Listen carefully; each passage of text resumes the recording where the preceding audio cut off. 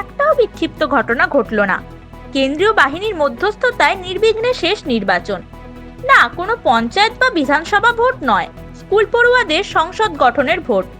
দক্ষিণ 24 পরগনার পাথর প্রতিমার উত্তরাবাদ অবৈতনিক প্রাথমিক স্কুলের নির্বাচন।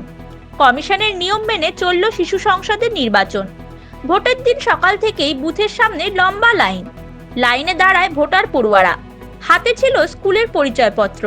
শৃঙ্খলা রক্ষা ও নিরাপত্তার জন্য মোতায়েন ছিল কেন্দ্রীয় বাহিনী। হাতে প্লাস্টিকের মেশিন গান নিয়ে সেই দায়িত্ব সামলেছে পড়ুয়ারাই। পরিচয়পত্র দেখিয়ে বুথে প্রবেশ ভোটারদের। মোট 12 জন প্রার্থী। ভোটকক্ষে প্রার্থীদের জন্য এজেন্টও রয়েছে। ভোটারদের তালিকা নিয়ে বসে এজেন্টরা। বুথে উপস্থিত প্রিসাইডিং ও পোলিং অফিসার। পড়ুয়ারা বুথে ঢুকতেই নাম যাচাই করে আঙ্গুলে কালি লাগিয়ে ব্যালট পেপার তুলে দেওয়া হয় ভোটারদের। ঘেরা টেবিলের গোপন ব্যালটে প্রার্থী নির্বাচনের পর ব্যালট বাক্সে ফেলে দেয় ভোটাররা। স্কুল সূত্রে জানা গিয়েছে 12 জন প্রার্থীর জন্য দ্বিতীয় থেকে পঞ্চম শ্রেণীর পর্যন্ত মোট ভোটার 312 জন। ভোট পড়েছে 263টি। ভোট শেষে এজেন্টদের উপস্থিতিতে ভোট গণনা।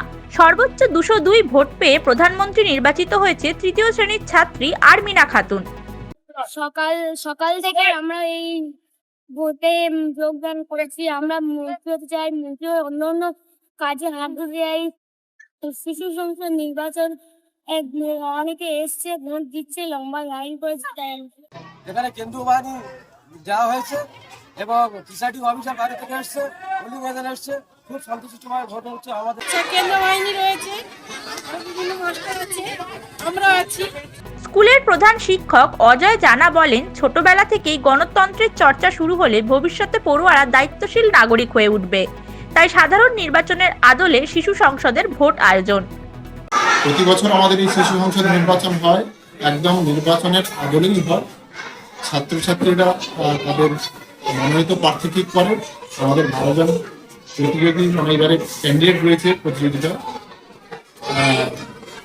পড়াশোনার পাশাপাশি স্কুলের এমন আয়োজন দেখে চমকে গিয়েছেন অভিভাবক থেকে স্থানীয় বাসিন্দারাও। পাথর প্রতিমা থেকে শশাঙ্ক মণ্ডলের রিপোর্ট, হিন্দুস্তান নিউজ পয়েন্ট।